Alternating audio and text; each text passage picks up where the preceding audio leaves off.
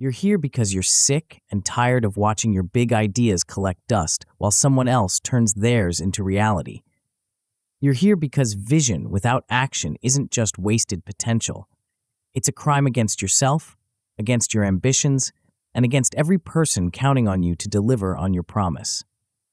Every day that passes without clear, decisive action is another day your goals remain fantasies, your progress stalls, and your competitors inch ahead. The brutal truth?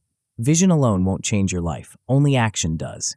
Small, relentless, systematic actions executed day after day after day. Actions so focused, so intentional, so repeatable they become second nature, automatic, unstoppable. Vision to reality, small actions, big wins, isn't another motivational pep talk. It's a battle-tested blueprint to transform vague aspirations into tangible victories. It's your manual for forging steel-hard objectives from the raw material of dreams. No fluff, no ambiguity, just specific, measurable frameworks designed for ambitious professionals who understand that decision clarity isn't optional. It's survival. Imagine waking up crystal clear on exactly what needs to be done every single morning. Imagine navigating high-stakes conversations with unshakable confidence because you've eliminated decision fatigue from your vocabulary. Imagine the quiet power of knowing your progress isn't accidental. It's inevitable. You're about to discover why small actions, executed with ruthless consistency, generate outsized results. You'll learn the exact steps to break down overwhelming objectives into bite-sized, manageable tasks you can execute instantly. You'll master the psychology of microstarts, habit building, and momentum engineering that separates elite decision-makers from dreamers. Ask yourself right now, what will your life look like a year from today if you stay stuck in analysis paralysis, trapped in indecision, drifting aimlessly? Now picture the alternative, where clear, decisive daily actions have compounded into results so dramatic your old self wouldn't recognize your new reality. The choice is simple: drift or drive, stagnate or succeed, settle or soar. If you're ready to turn your vision into reality, not tomorrow, not next week, but right now, then turn this page and commit, because the life you deserve isn't built by dreams alone. It's forged by actions, one small win at a time. Chapter 1, Vision. Your heart pounds at 3 a.m. as missed opportunities replay like a broken record. Another year slipped by. Another promotion went to someone else. Another dream deferred while you stayed busy being busy, mistaking motion for progress. The brutal truth? You've been operating without a true North Star, drifting through days instead of driving toward destiny. This chapter will transform you from a wishful wanderer into a precision-guided missile. You'll forge a vision-goal-action cascade so vivid you can taste victory, then engineer that vision into daily battlefield commands that guarantee forward momentum. The world divides into two types of people, those who drift and those who drive.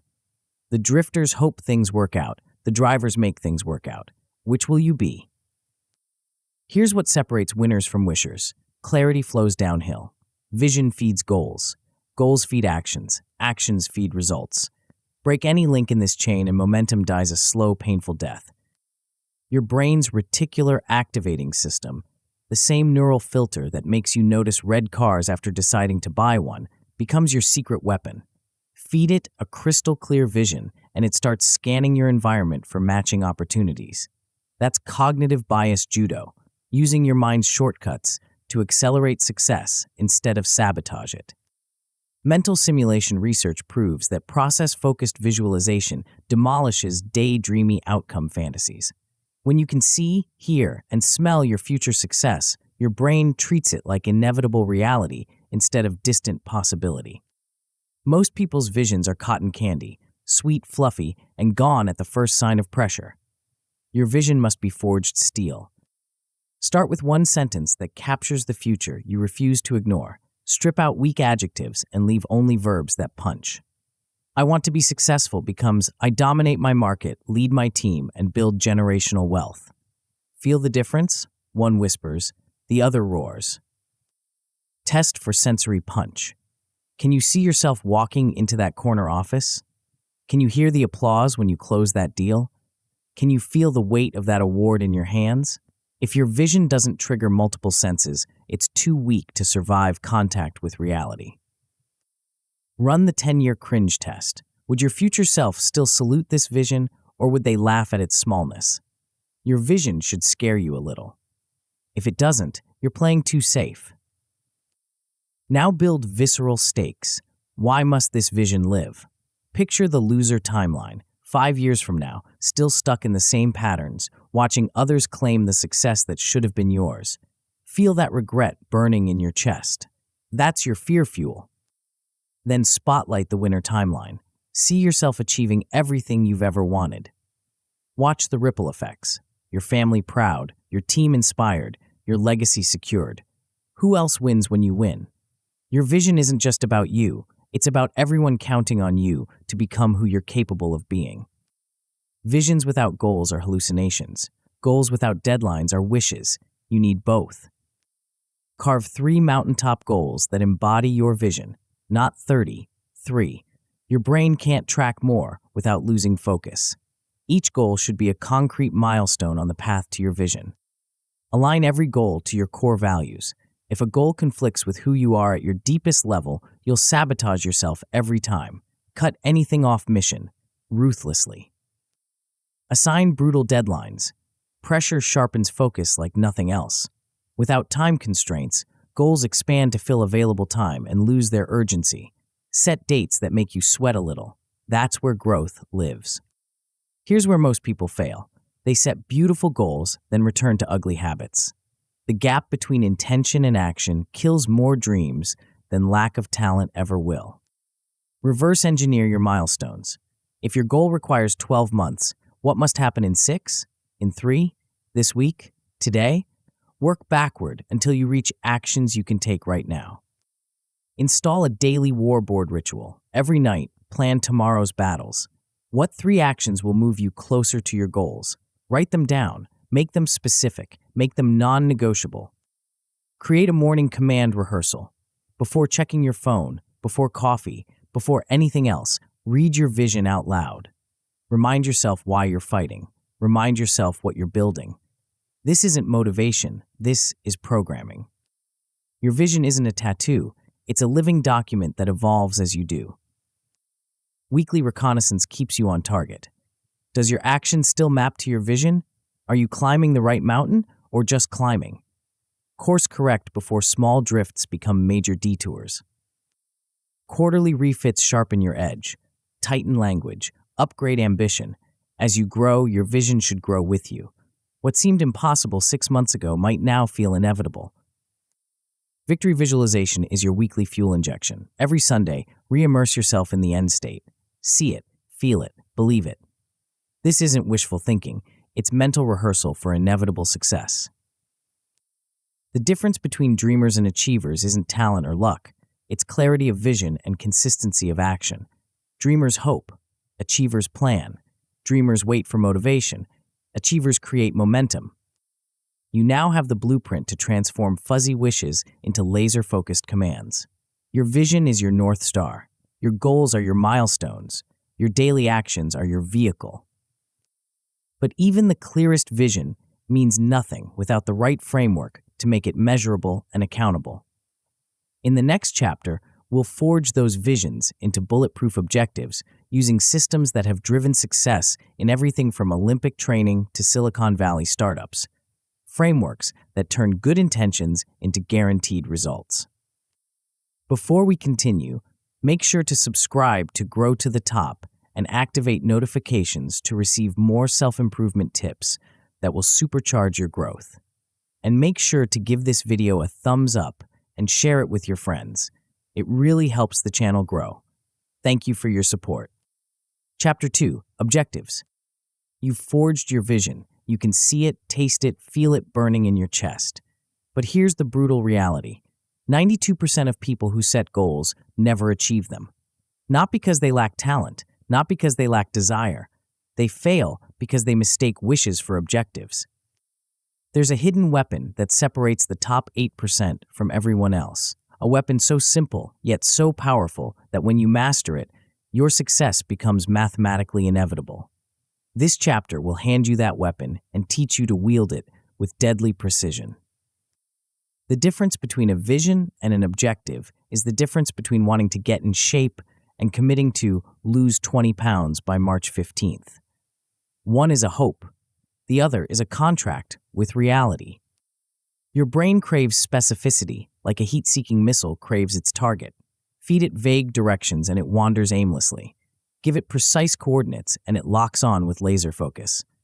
The moment you transform fuzzy aspirations into concrete objectives, something remarkable happens. Your subconscious mind shifts from passenger to pilot. Most people think goal setting is about writing down what they want. They're wrong. Real objective setting is about declaring war on ambiguity and signing a blood oath with accountability. The first framework that will revolutionize your results has been hiding in plain sight for decades. It's called SMART, but not the watered-down version you learned in some corporate workshop. This is SMART with teeth, a precision instrument for converting dreams into deadlines. Specific means you define the finish line in numbers that can't lie. Increase revenue becomes generate $500,000 in new revenue. Improve leadership skills becomes complete advanced leadership certification and receive 360-degree feedback scores above 4.0 from all direct reports. The more specific your target, the more your brain knows exactly what to hunt. Measurable means choosing metrics that can't hide behind excuses. If you can't measure it, you can't manage it.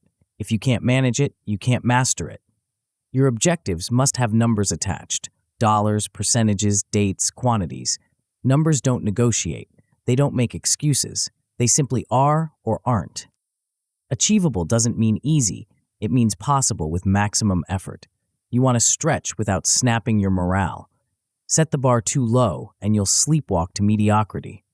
Set it too high and you'll quit when reality hits. The sweet spot is that place where success requires you to become a better version of yourself. Relevant ties directly back to your Chapter 1 vision. Every objective must serve your larger purpose. If it doesn't advance your vision, it's a distraction disguised as productivity. Cut it. Kill it. Show no mercy to irrelevant goals, no matter how appealing they seem.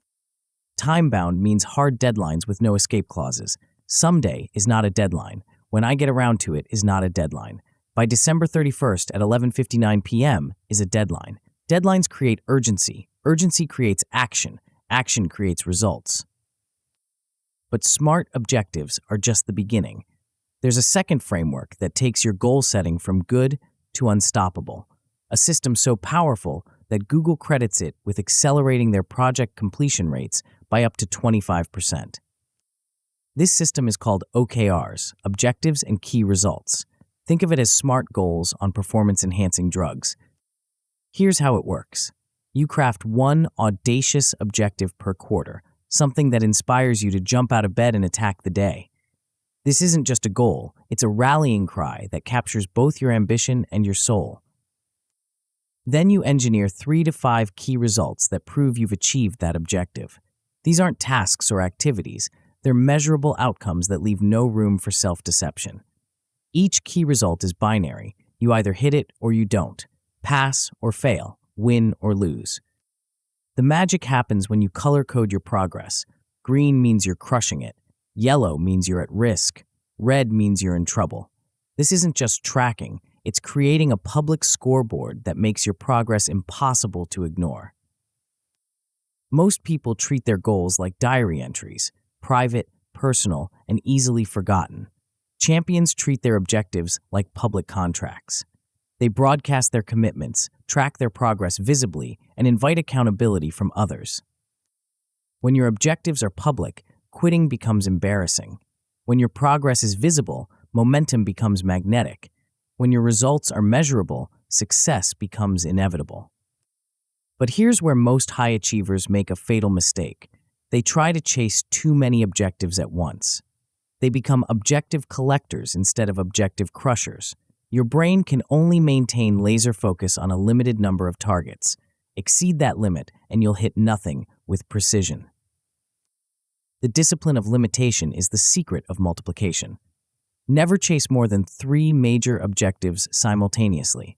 3 allows for focus without tunnel vision. 4 or more guarantees mediocrity across the board. This requires brutal monthly reviews where you kill or keep each objective.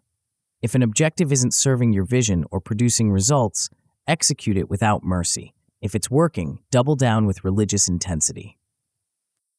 You must also learn to flex without drift. Key results can be adjusted as you learn and adapt.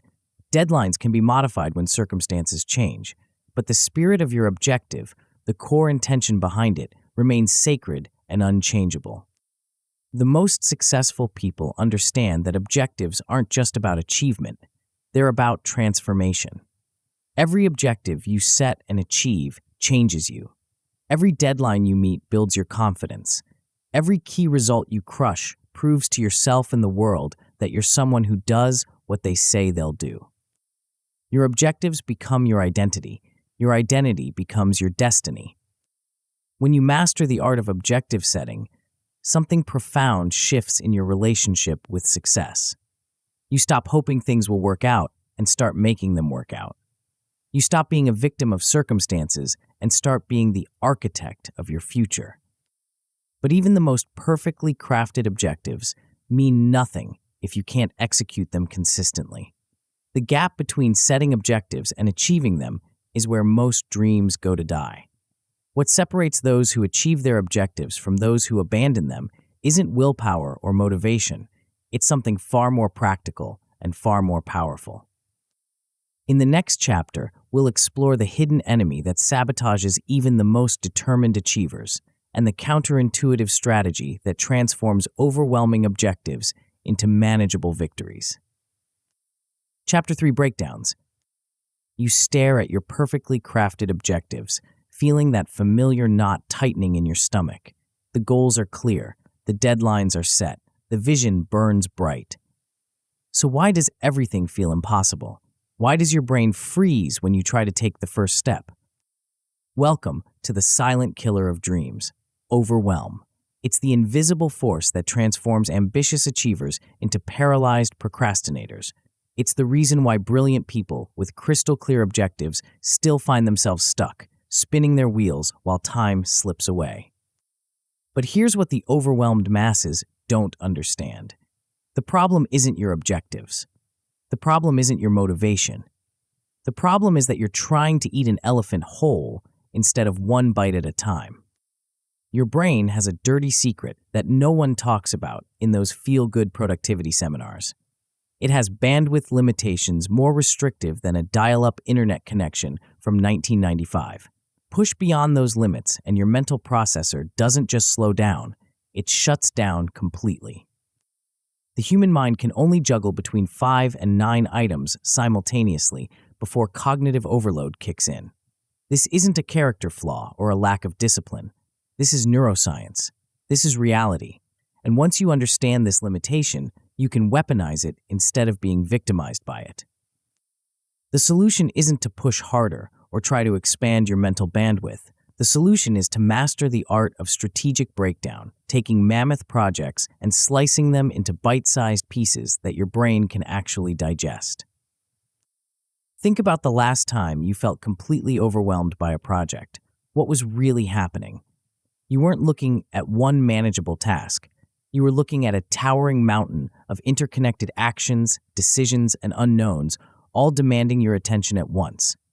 Your brain took one look at that complexity and said, nope, we're going to scroll social media instead. This is where most people make their fatal mistake. They try to power through the overwhelm with willpower and caffeine. They create elaborate to-do lists with dozens of items. They convince themselves that if they just work harder and sleep less, they'll eventually break through the wall. They're wrong. Overwhelm isn't a wall to break through. It's a signal to break down. The first step in cognitive demolition is identifying your project elephants. These are the looming behemoths on your objective list that make your stomach churn when you think about them. The presentation that could make or break your career. The business launch that's been almost ready for 6 months. The certification program you keep putting off because it feels too massive to tackle. List every elephant. Name them. Face them, because you can't defeat what you won't acknowledge. Now comes the surgical precision of the chunk saw. Each elephant must be carved into stacks of 7 items or fewer. Not 8, not 10, 7 maximum. This isn't arbitrary. It's based on decades of cognitive research showing that 7 is the upper limit of what your brain can process without overload. But here's the critical detail that separates amateurs from professionals. Each chunk must be labeled with an active verb. Not marketing strategy, but draft marketing strategy outline. Not website updates, but rewrite homepage headline. Action invites action. Nouns invite procrastination. When you break down launch new product line into research competitor pricing, draft product specifications, and create initial mock-ups, something magical happens. Your brain stops seeing an impossible mountain and starts seeing a series of manageable hills. Yet even perfectly chunked projects can still feel overwhelming if you're trying to tackle everything at once. This is where the second weapon in your arsenal comes into play, a concept so counterintuitive that most overachievers reject it at first glance. It's called minimum viable progress, and it's about to revolutionize how you approach every project for the rest of your life. Minimum viable progress asks one simple question: what's the smallest possible action that still counts as real forward movement? Not the biggest step you could take, not the most impressive milestone you could achieve, the smallest slice that still moves the needle. This isn't about lowering your standards or accepting mediocrity. This is about understanding that momentum is more valuable than magnitude. A small step taken today beats a perfect plan executed never. Your brain is wired to crave completion. When you finish something, anything, it releases a hit of dopamine that makes you want to do it again. The size of the completion doesn't matter nearly as much as the fact that you completed something. This is why checking items off a to-do list feels so satisfying, even when the items are trivial. Minimum viable progress weaponizes this neurological quirk. Instead of trying to complete massive chunks in one sitting, you identify the smallest possible slice of each chunk that can be finished in 24 hours or less. Writing a business plan becomes create document outline. Building a website becomes register domain name. Learning a new skill becomes watch first tutorial video. Each slice is small enough to feel manageable, but substantial enough to create real progress. The magic happens when you ship that first slice. Suddenly, the project isn't a looming threat anymore. It's something you've already started. It's something you're already making progress on. The psychological shift from I need to start this to I'm already working on this is the difference between paralysis and momentum. But minimum viable progress only works if you actually ship the slice.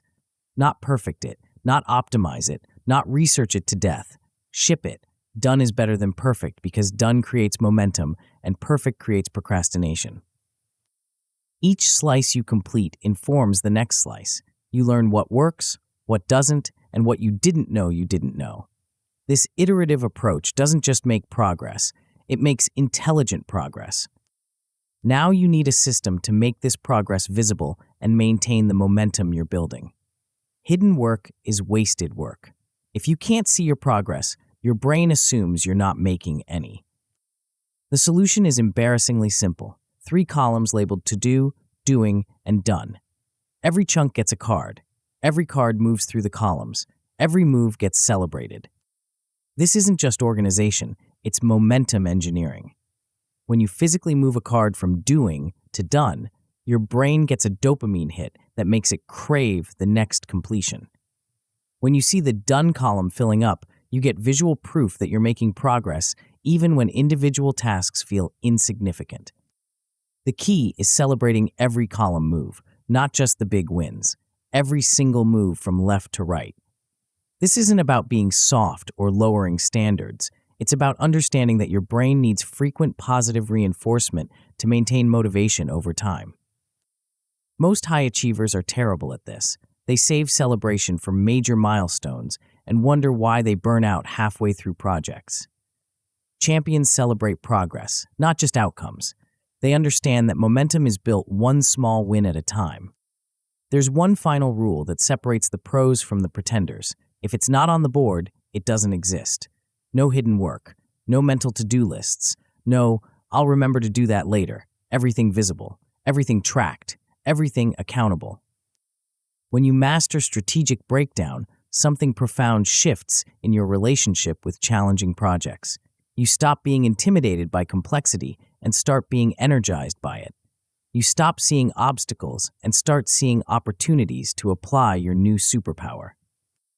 The overwhelm that once paralyzed you becomes fuel for systematic progress. The projects that once felt impossible become series of manageable steps.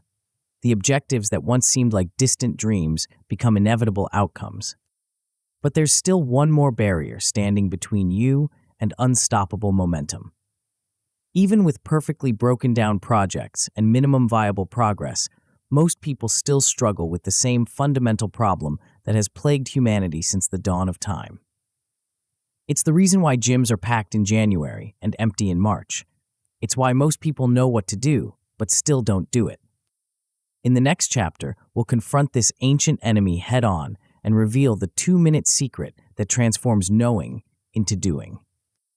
Chapter 4, Microstart. You know exactly what you need to do. Your objectives are crystal clear. Your projects are broken down into manageable chunks. Your progress board is ready and waiting. Yet here you sit, scrolling through your phone, finding excuses, doing everything except the one thing that matters most. Sound familiar? Welcome to the most frustrating paradox of human performance, the gap between knowing and doing. It's the space where dreams go to die and potential gets buried under an avalanche of "I'll start tomorrow."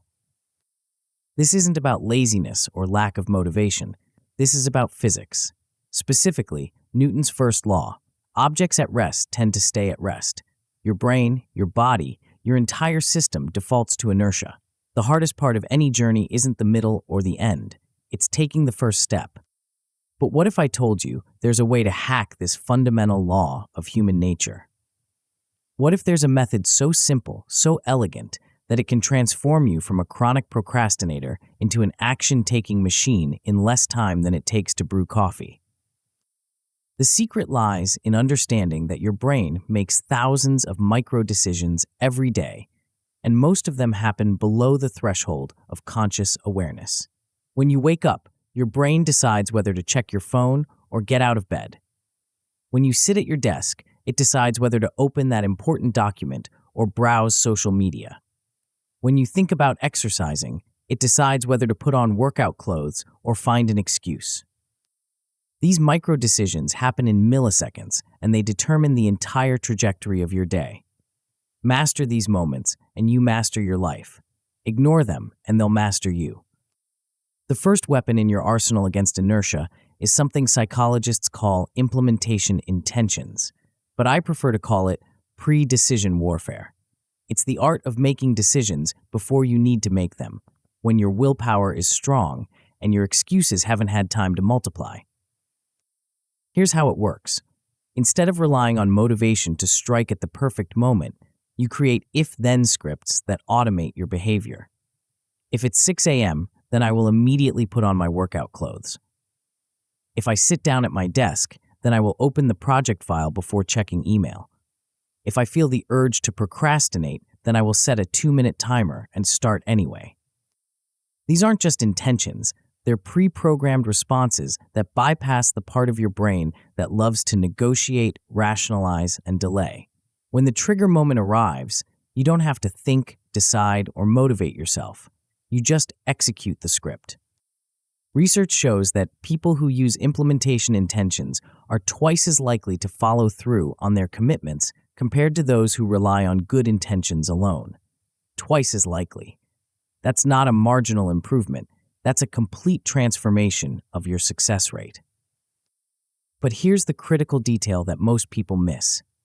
These scripts must be embedded in your calendar, your phone, your environment.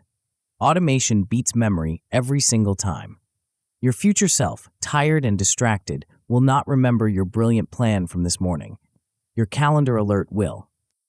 The most successful people rehearse these scripts out loud until they become reflexive. They don't just think about what they'll do when the moment comes. They practice it. They drill it. They make it automatic. Think about emergency procedures on an airplane. Flight attendants don't just read about what to do in a crisis. They practice the movements over and over until they become muscle memory. When chaos strikes, they don't have to think, they just act. Your implementation intentions work the same way. The more you rehearse them, the more automatic they become.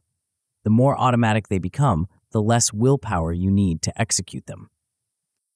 But even the most perfectly crafted implementation intentions can fail if the action you're trying to trigger feels too big, too complex, or too overwhelming.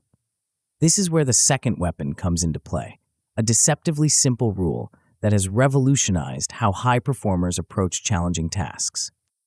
It's called the 2-minute rule, and it's based on a profound insight about human psychology. The hardest part of any task isn't doing it, it's starting it.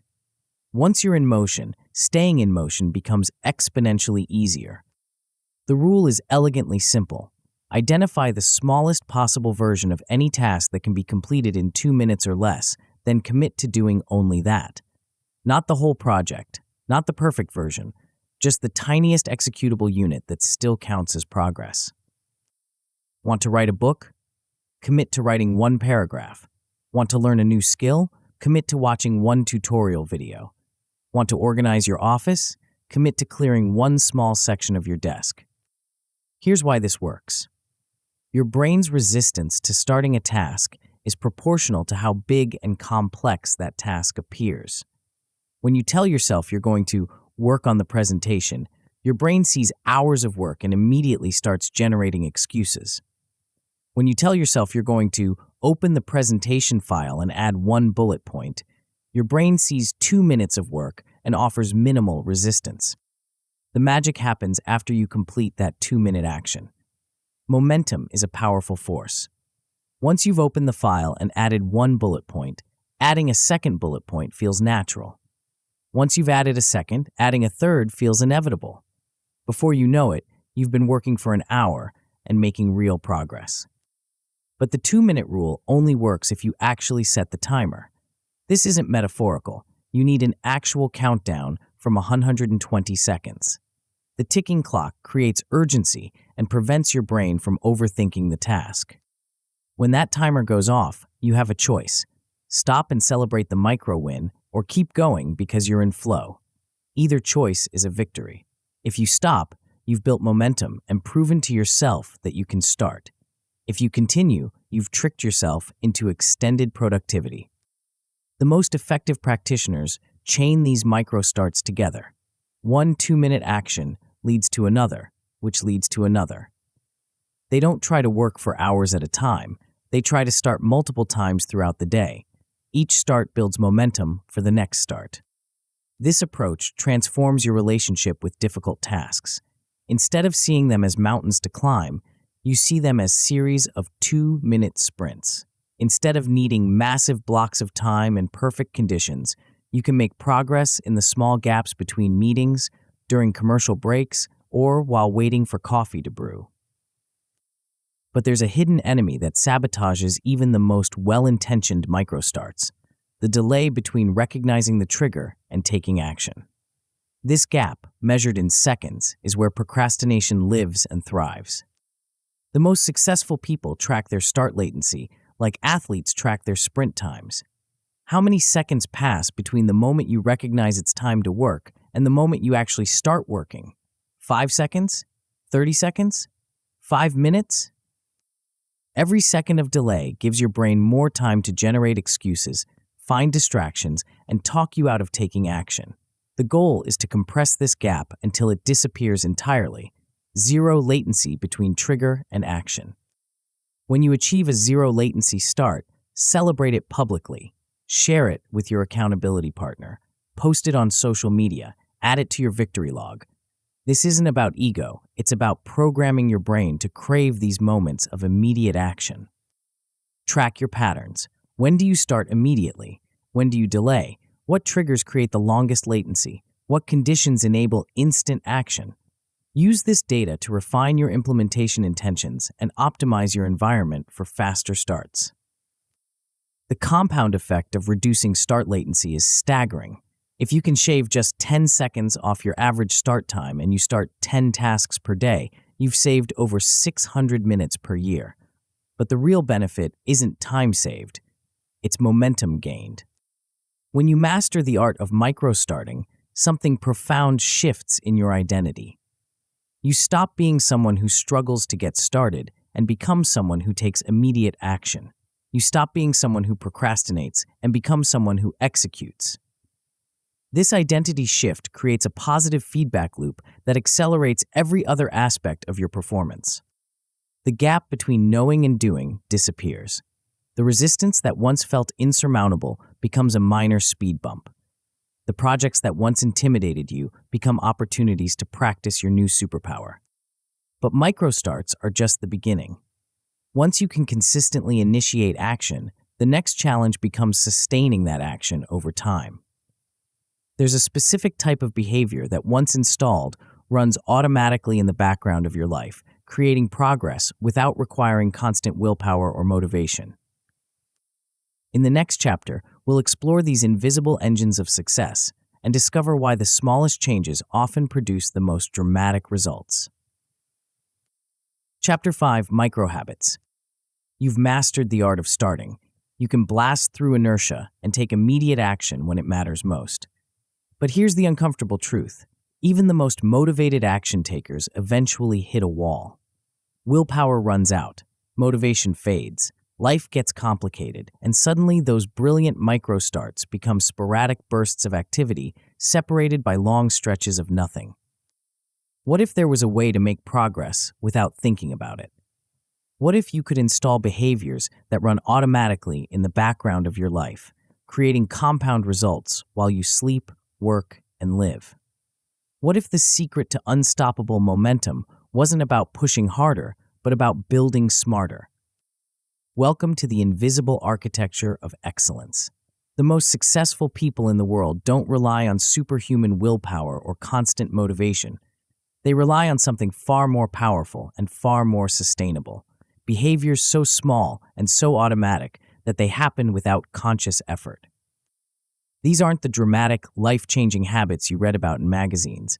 These are micro-habits, behaviors so tiny they slip under your brain's resistance radar, and so consistent they compound into extraordinary results over time. Think about brushing your teeth. You don't need motivation to do it. You don't need to set reminders or track your progress. You don't negotiate with yourself about whether you feel like doing it. You just do it, automatically, because it's wired into your daily routine. It's become part of who you are. Now imagine if you could install that same level of automaticity for the behaviors that drive your most important objectives. Imagine if reading, exercising, planning, learning, or creating became as automatic as brushing your teeth. That's the power of micro-habits, and it's about to transform how you approach personal development forever. The secret lies in understanding how your brain actually forms habits. Most people think habit formation is about repetition and willpower. They're wrong. Real habit formation is about emotion, environment, and ease. Get these three elements right, and your brain will wire the behavior permanently. Get them wrong, and you'll be stuck in the endless cycle of starting and stopping that plagues most ambitious people. The first element is ease. Your brain is fundamentally lazy. It's always looking for ways to conserve energy and reduce effort. When you try to install a habit that requires significant willpower or disrupts your existing routine, your brain fights back with resistance, excuses, and eventual abandonment. But when you shrink a behavior down to something that takes 30 seconds or less, something magical happens. Your brain stops seeing it as a threat and starts seeing it as trivial. There's no resistance to overcome because there's nothing significant enough to resist. Want to build a reading habit? Don't commit to reading for an hour. Commit to reading 1 page. Want to start exercising? Don't plan a 60-minute workout. Commit to putting on your workout clothes. Want to become more organized? Don't try to overhaul your entire system. Commit to clearing one small section of your desk. These micro behaviors seem almost insultingly small, but that's exactly why they work. Your brain doesn't waste energy resisting something that takes less time than checking a text message. The second element is anchoring. Habits don't exist in isolation. They're always triggered by something that comes before them. The most successful microhabits are anchored to existing routines that are already automatic. This is where most people make their first critical mistake. They try to remember to do their new habit at some random time during the day. They rely on motivation or memory to trigger the behavior. This approach fails because your future self, tired and distracted, will not remember your brilliant plan from this morning. Instead, you need to identify something you already do every single day without fail, then attach your micro-habit immediately after that anchor. After I pour my coffee, I will read 1 page. After I sit down at my desk, I will write 1 sentence. After I close my laptop, I will plan tomorrow's top 3 priorities. The anchor does the heavy lifting of remembering and triggering. You just have to execute the tiny behavior that follows. The third element is celebration, and this is where most rational, results-oriented people completely miss the mark. They think celebration is fluffy, unnecessary, or a waste of time. They couldn't be more wrong. Your brain learns through emotion, not logic. When you complete a micro-habit and immediately celebrate, even with something as simple as a fist pump or saying "victory" out loud, you're teaching your brain that this behavior feels good. You're creating a positive emotional association that makes your brain want to repeat the behavior. This isn't about being silly or childish. This is about understanding how your neural pathways actually form. Celebration releases dopamine, which strengthens the neural connection between the trigger and the behavior. The stronger that connection becomes, the more automatic the habit becomes. Most people skip the celebration because the micro-habit feels too small to celebrate. This is exactly backward. The smaller the habit, the more important the celebration becomes. You're not celebrating the magnitude of the action, you're celebrating the consistency of the action. Once you've mastered individual micro-habits, you can begin building something even more powerful: habit stacks. These are chains of micro-habits linked together in sequence, creating compound momentum that transforms your entire daily routine. The formula is elegantly simple. After I do A, I do B. After I do B, I do C. Each behavior triggers the next, creating an unstoppable chain of positive actions. After I wake up, I make my bed. After I make my bed, I do 10 push-ups. After I do 10 push-ups, I write 3 things I'm grateful for. After I write 3 things I'm grateful for, I review my daily priorities. What started as making your bed becomes a 20-minute morning routine that sets you up for success all day. But because each link in the chain is tiny and anchored to the previous link, the entire sequence feels effortless. The key is building these stacks gradually. Start with 1 micro-habit and make it automatic before adding the next link. Most people try to install entire routines overnight and wonder why they can't maintain them. Champions build 1 link at a time until the chain becomes unbreakable. Visual tracking amplifies the power of habit stacking. Create a simple chart where you can mark off each completed link in your chain. Seeing the growing pattern of consistency creates additional motivation and makes any breaks in the chain immediately visible. But even the most perfectly designed micro-habits will face challenges. Life happens. Routines get disrupted. Travel, illness, emergencies, and unexpected demands will test your consistency. This is where most people fail. Not because their habits are poorly designed, but because they don't have recovery protocols. The environment you create around your habits determines whether they survive these inevitable disruptions. Put cues for positive habits directly in your path and add friction to negative behaviors. Keep your workout clothes visible and your phone charger in another room. Make the good choice easier and the bad choice harder. Temptation bundling is another powerful tool for maintaining consistency. Pair a habit you need to do with something you want to do. Listen to your favorite podcast only while exercising. Check social media only after completing your morning routine. Watch your favorite show only while doing administrative tasks. This creates a positive feedback loop where you start looking forward to the habit because it's connected to something enjoyable. The most critical recovery protocol is the miss once, never twice rule. Everyone misses habits occasionally. The difference between people who maintain long-term consistency and those who don't isn't that they never miss. It's that they never miss twice in a row. One missed day is a slip. 2 missed days is the beginning of a broken habit. 3 missed days is starting over from scratch. Protect your streaks fiercely, but when they break, restart immediately without judgment or self-criticism. When you master microhabits, something profound shifts in your relationship with personal development. You stop relying on motivation and start relying on systems. You stop making dramatic changes that fade quickly and start making tiny changes that compound exponentially.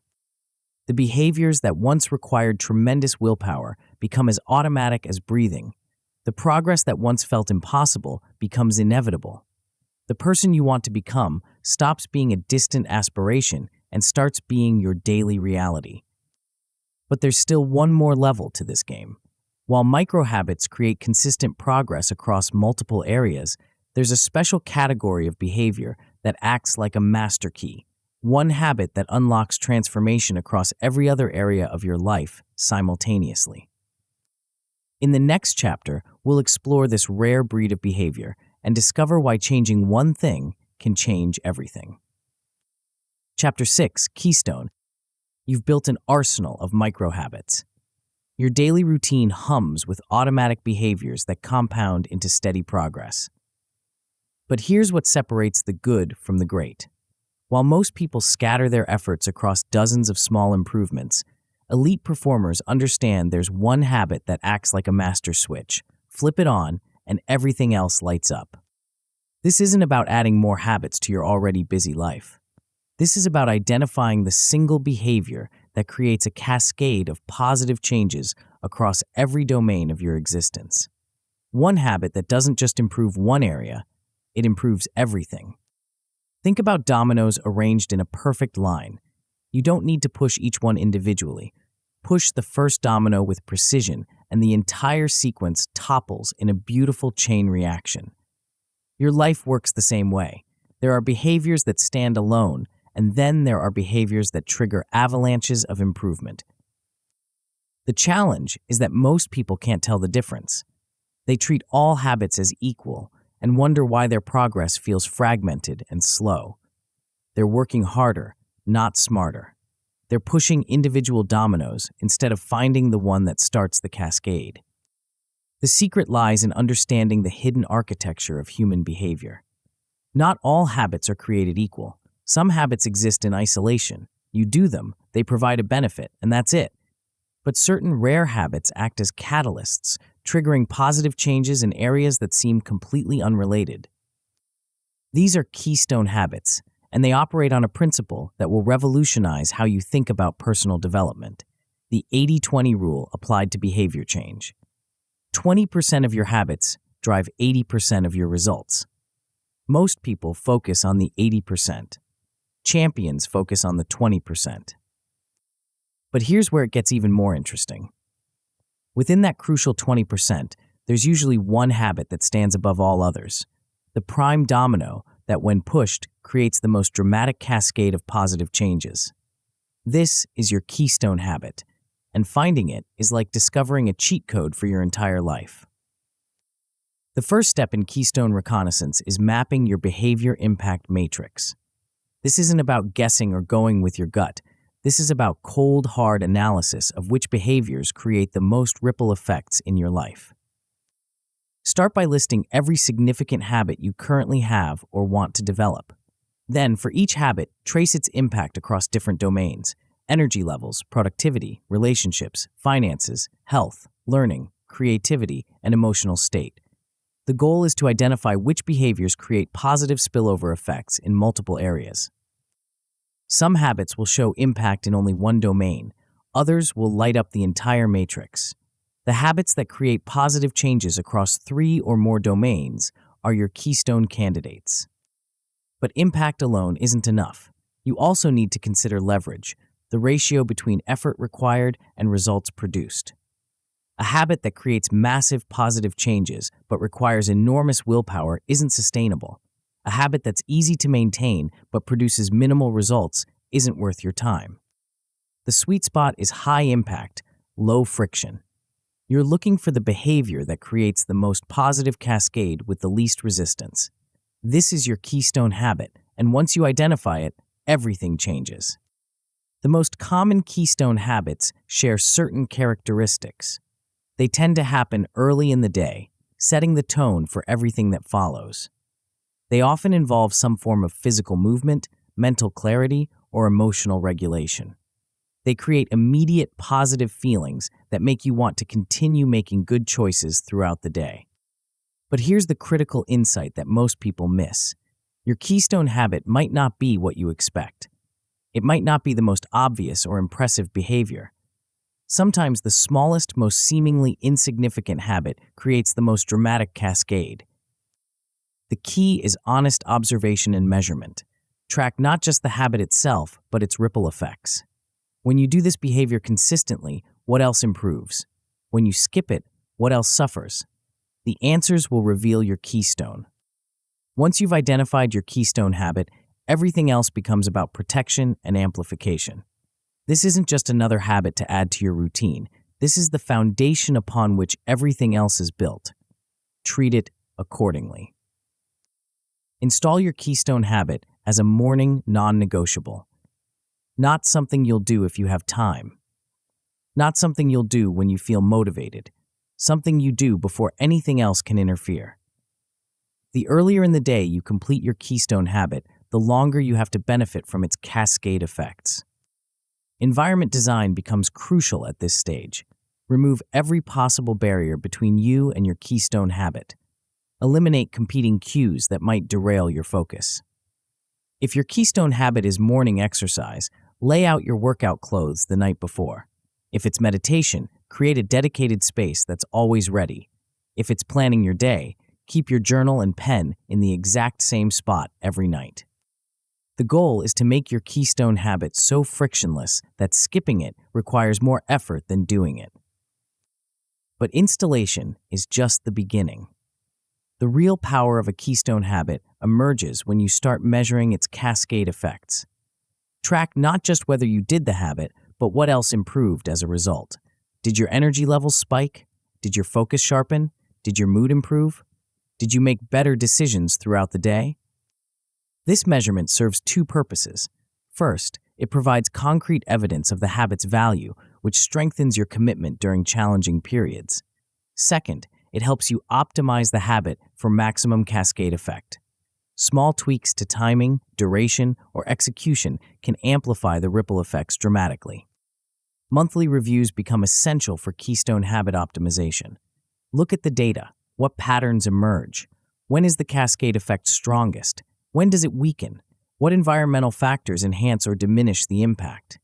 Use this intelligence to continuously refine your approach.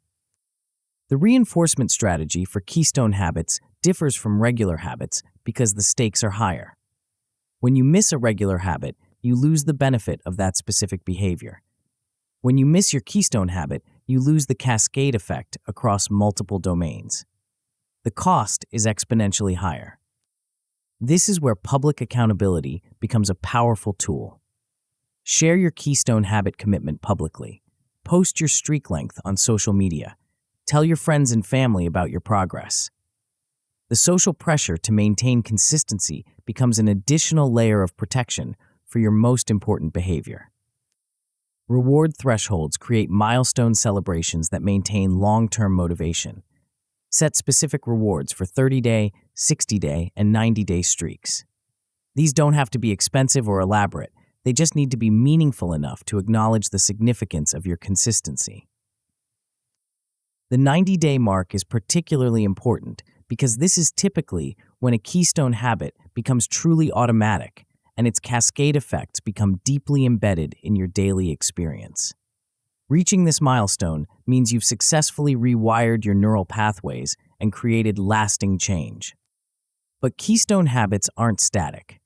As you grow and evolve, your optimal keystone habit may change. What creates the most powerful cascade at one stage of your life might become less effective as your circumstances, goals, and challenges shift. Annual reviews allow you to reassess your Keystone habit's effectiveness. Is it still creating the same level of positive cascade? Are there new behaviors that might produce even greater ripple effects? Sometimes, the most powerful move is swapping your Keystone habit for one that better serves your current objectives. This isn't about abandoning something that works. It's about continuously optimizing for maximum impact. The goal is always to find the single behavior that creates the most positive change with the least effort. When you master the Keystone habit principle, you join the ranks of people who understand leverage. You stop trying to change everything at once and start focusing on the one thing that changes everything else. You stop working harder and start working smarter.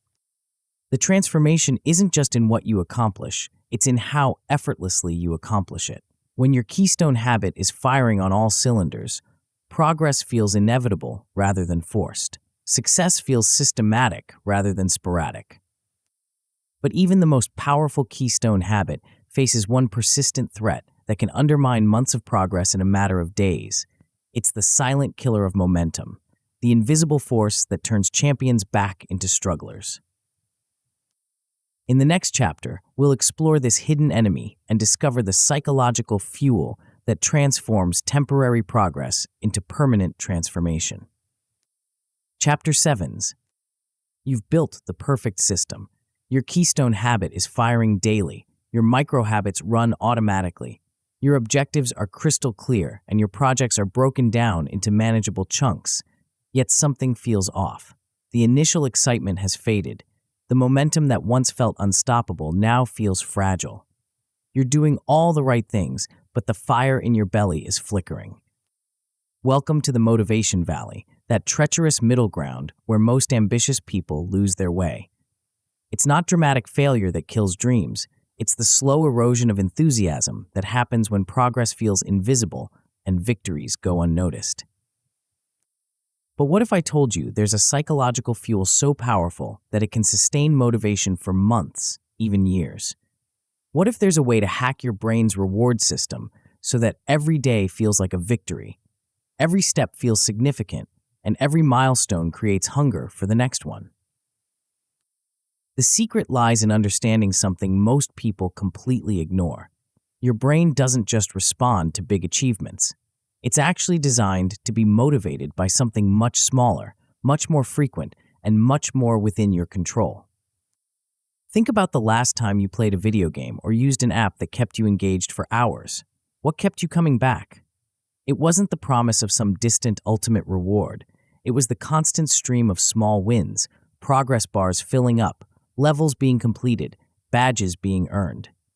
Game designers understand something that most goal setters don't. The human brain is a progress-seeking machine. Your neural reward system releases dopamine not just when you achieve something big, but every time you make visible progress toward any goal. The key word is visible.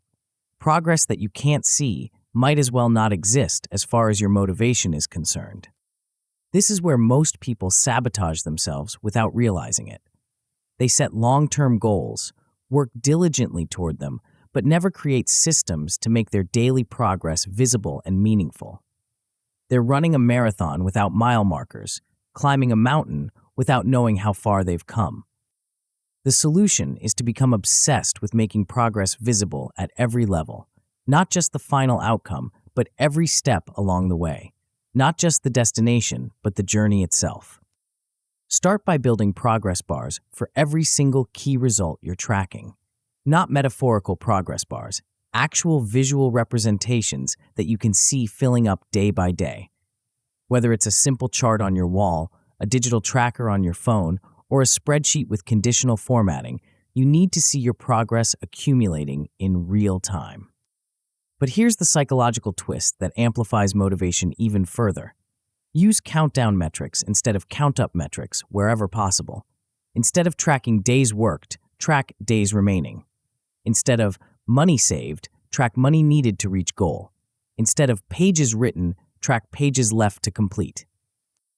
Your brain is wired to accelerate as it approaches a finish line.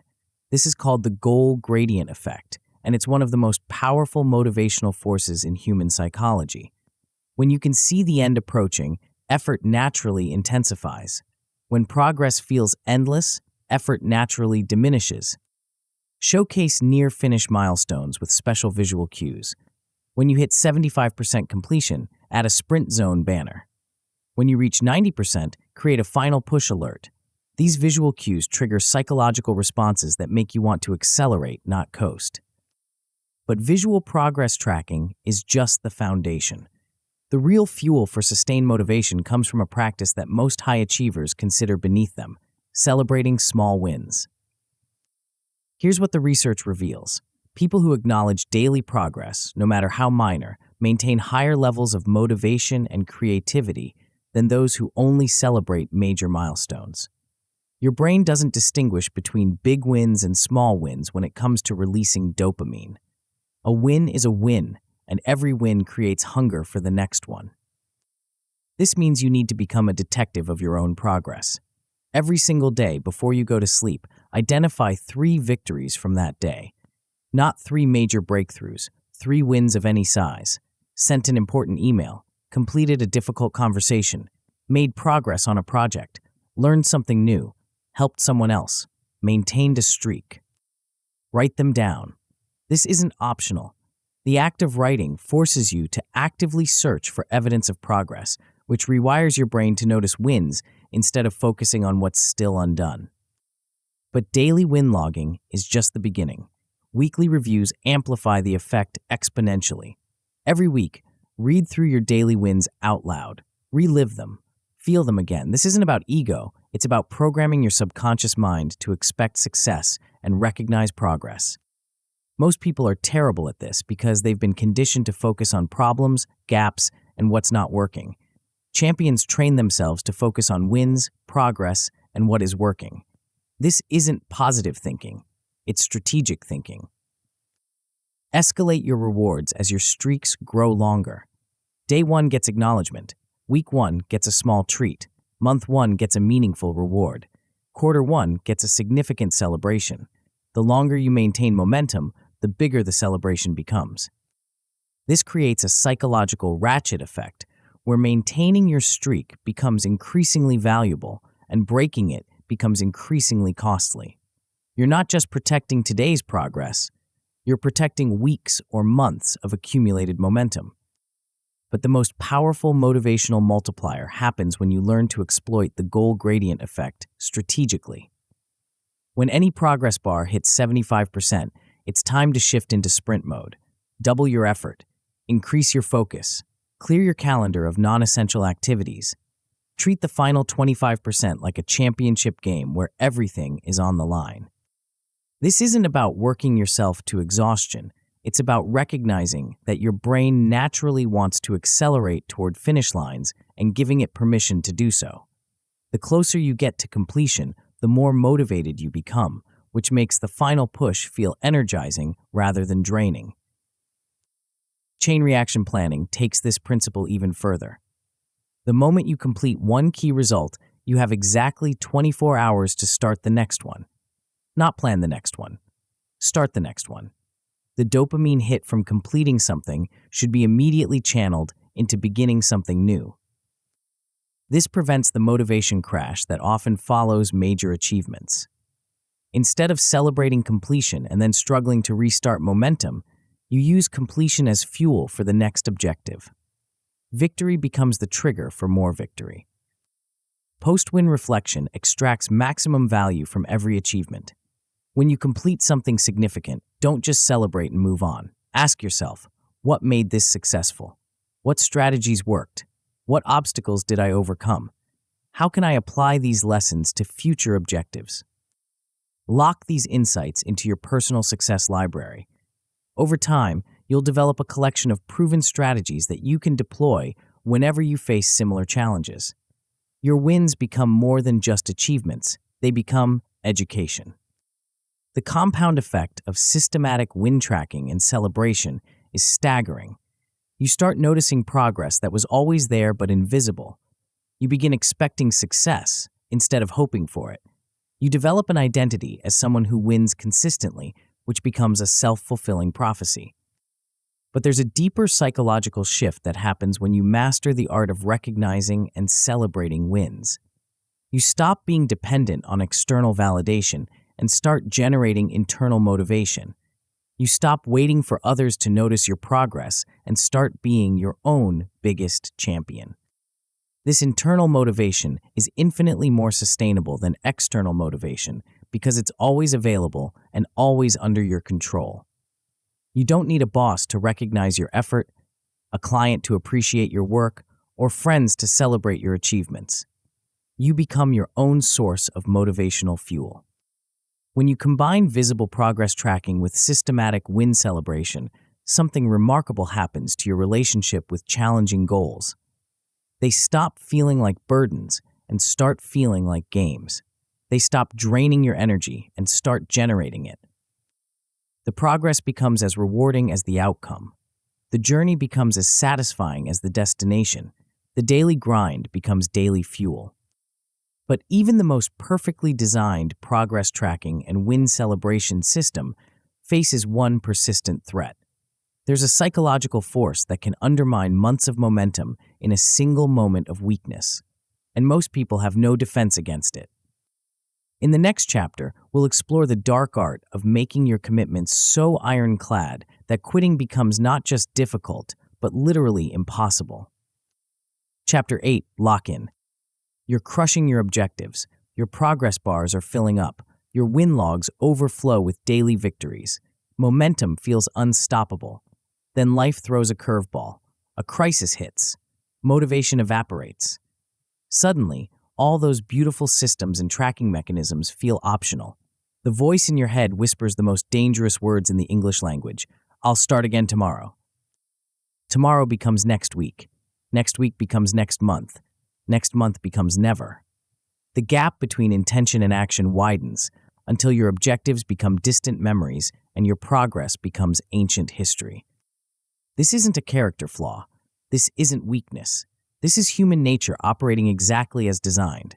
Your brain is hardwired to choose immediate comfort over future benefit, to avoid short-term pain even when it leads to long-term gain. Willpower is finite. Motivation is fickle. Good intentions are worthless without enforcement mechanisms. But what if there was a way to make quitting so painful, so expensive, so embarrassing that your brain would choose progress over procrastination every single time? What if you could create psychological handcuffs that locked you into your commitments, making success inevitable and failure unbearable? Welcome to the dark art of commitment devices, the most powerful weapons in the arsenal of unstoppable achievers. These aren't motivational tools. These aren't productivity hacks. These are psychological contracts that transform your future self from an unreliable ally into a guaranteed executor of your current intentions. The secret lies in understanding a fundamental quirk of human psychology that most people never learn to exploit: loss aversion. Your brain fears losing something you already have roughly twice as much as it desires gaining something you don't have. This asymmetry creates a massive opportunity for those smart enough to weaponize it.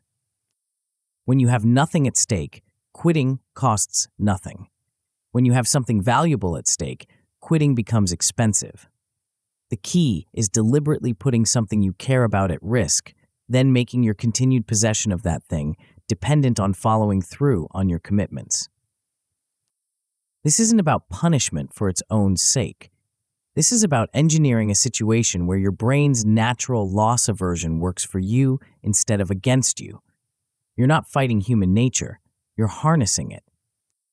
The most straightforward commitment device is financial stakes. You put real money on the line, with clear rules about when you lose it and when you keep it. But here's the psychological twist that makes this devastatingly effective. You don't just risk losing money. You risk losing money to something you hate. Choose a charity or organization that represents everything you oppose. If you're politically conservative, choose a liberal cause. If you're environmentally conscious, choose a company with a terrible environmental record. If you're passionate about education, choose an organization that opposes funding for schools. The thought of your money supporting something you fundamentally disagree with creates a visceral emotional response that pure financial loss can't match. You're not just losing money, you're funding your enemies. Your brain will do almost anything to avoid this outcome. But monetary stakes are just the beginning. Public pledges tap into an even more powerful psychological force: social pressure and reputation protection. When you broadcast your commitment publicly, you're not just risking money, you're risking your identity as someone who does what they say they'll do.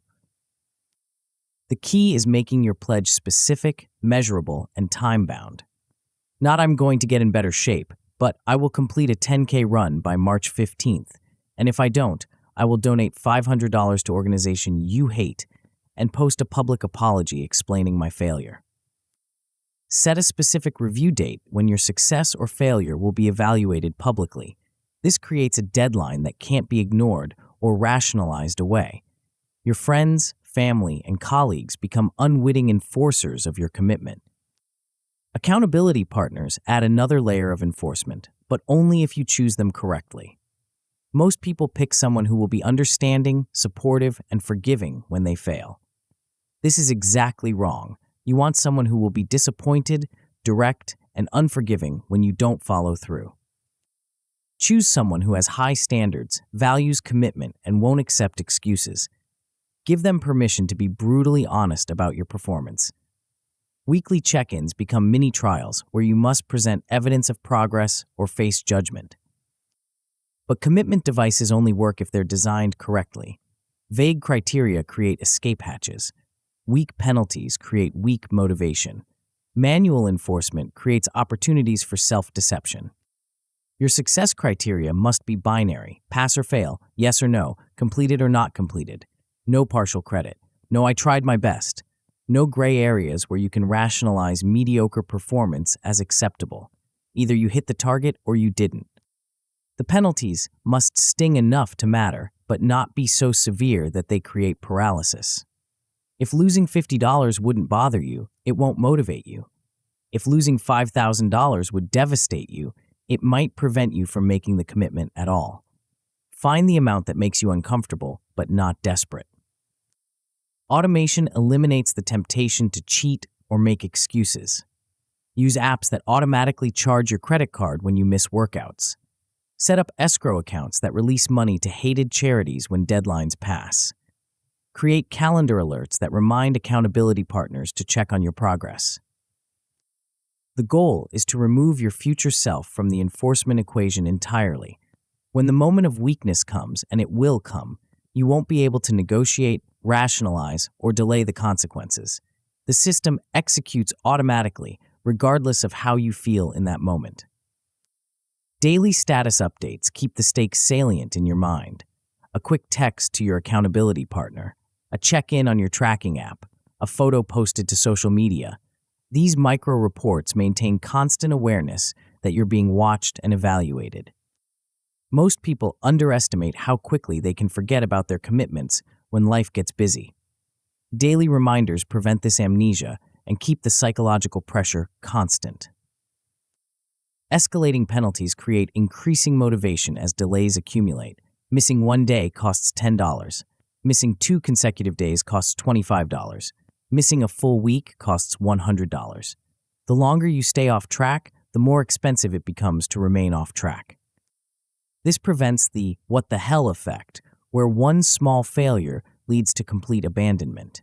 Instead of thinking, "I already failed, so it doesn't matter anymore," you think, "I need to get back on track before this gets really expensive." But the most critical element of any commitment device is the release mechanism. When you successfully complete your commitment, celebrate your freedom before immediately setting the next contract. The relief of escaping the penalty becomes associated with achievement, creating positive reinforcement for the entire process. This isn't about living under constant threat forever.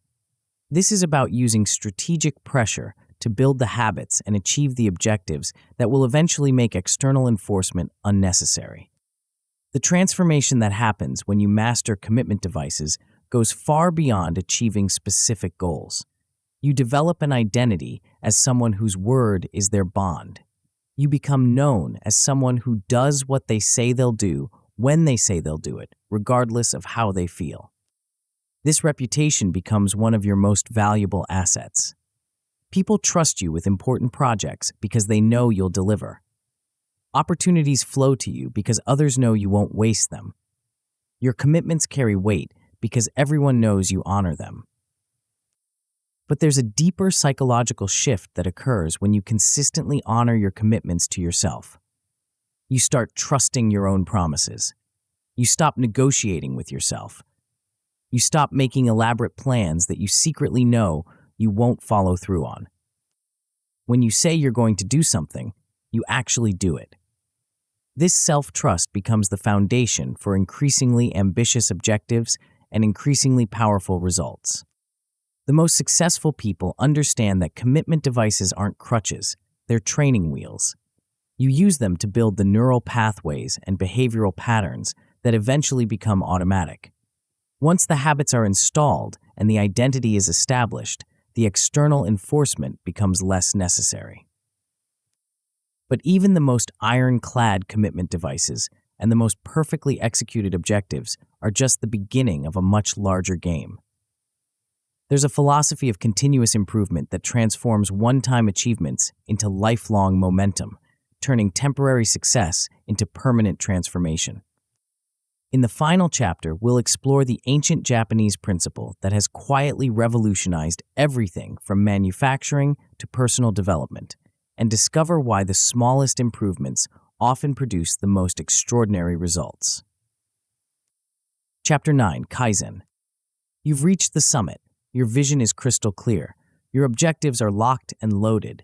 Your projects flow seamlessly from overwhelming to manageable. You start instantly, build automatically, and stay committed through unbreakable psychological contracts. You track every win and celebrate every milestone. You are, by any reasonable measure, a high-performing machine. But here's the question that separates the temporarily successful from the permanently unstoppable. What happens next? Most people reach this level and make a fatal assumption.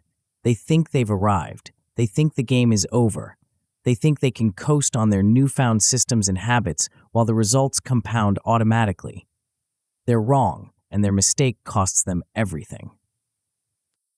The brutal truth about peak performance is that it's not a destination, it's a moving target.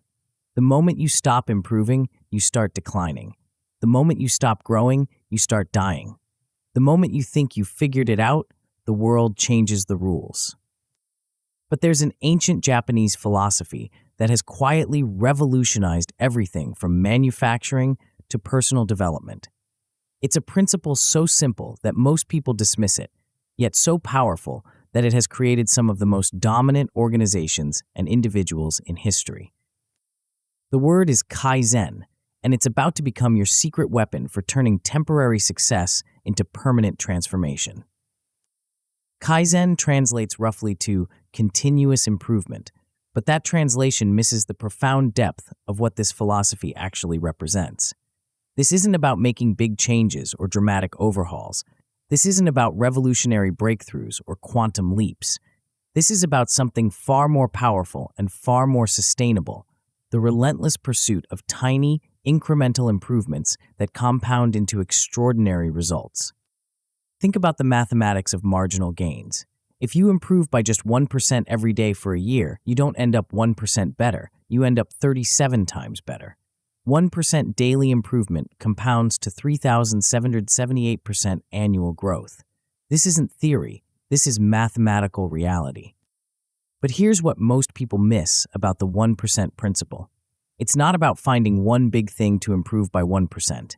It's about finding dozens of tiny things to improve by microscopic amounts. It's about becoming obsessed with the smallest possible upgrades across every aspect of your performance. The power of Kaizen lies in its systematic approach to continuous improvement. This isn't random tinkering or sporadic optimization. This is a disciplined methodology that turns improvement into a habit, innovation into a reflex, and excellence into an identity. The foundation of Kaizen is the PDCA loop, Plan, do, check, act. This four-step cycle becomes your engine for permanent improvement, running continuously in the background of your life, always searching for the next small upgrade. Plan means identifying your next 1% target, but here's the critical insight. Keep the scope microscopic. Don't try to improve your entire morning routine. Improve one specific element of your morning routine.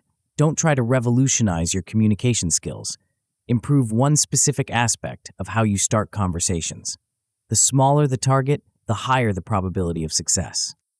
Do means testing the change in a safe sandbox environment. You're not committing to permanent change, you're running an experiment. This removes the pressure and resistance that kills most improvement efforts before they start. When change feels experimental rather than permanent, your brain offers less resistance. Check means measuring the impact with before and after metrics. Did the tiny change actually create improvement? How much improvement? Was it worth the effort? This isn't about gut feelings or vague impressions. This is about cold, hard data that tells you whether the experiment succeeded or failed.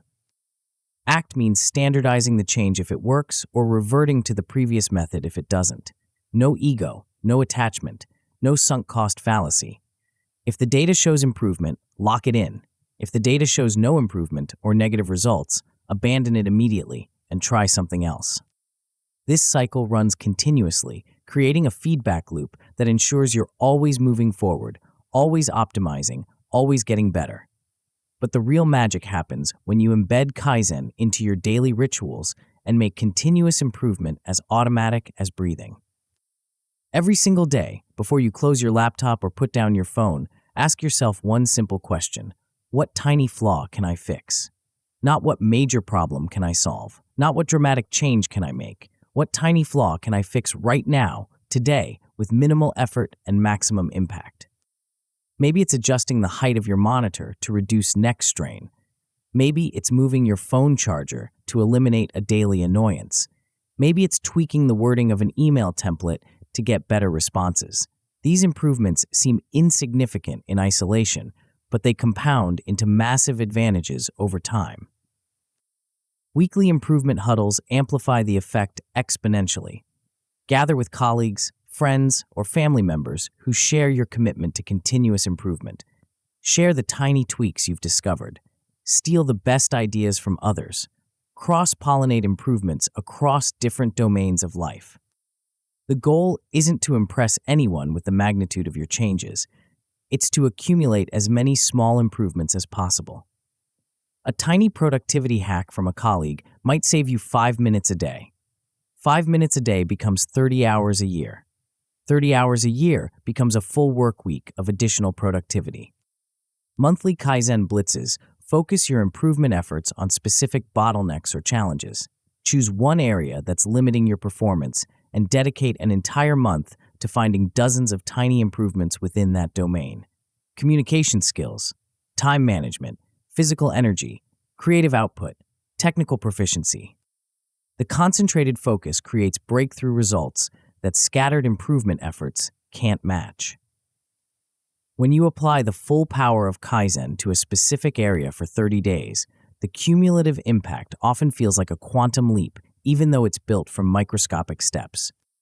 But the most profound aspect of Kaizen isn't the individual improvements. It's the identity transformation that occurs when you make continuous improvement your default mode of operation. You stop being someone who occasionally tries to get better and become someone who is always getting better. This identity shift changes everything. You start noticing inefficiencies that others ignore. You start seeing opportunities for improvement in every process, every interaction, every routine. You develop an almost supernatural ability to spot the small changes that create disproportionate results. Track your cumulative gains obsessively. Create graphs that show the compound effect of your improvements over time. Visualize the 37 times multiplier in action.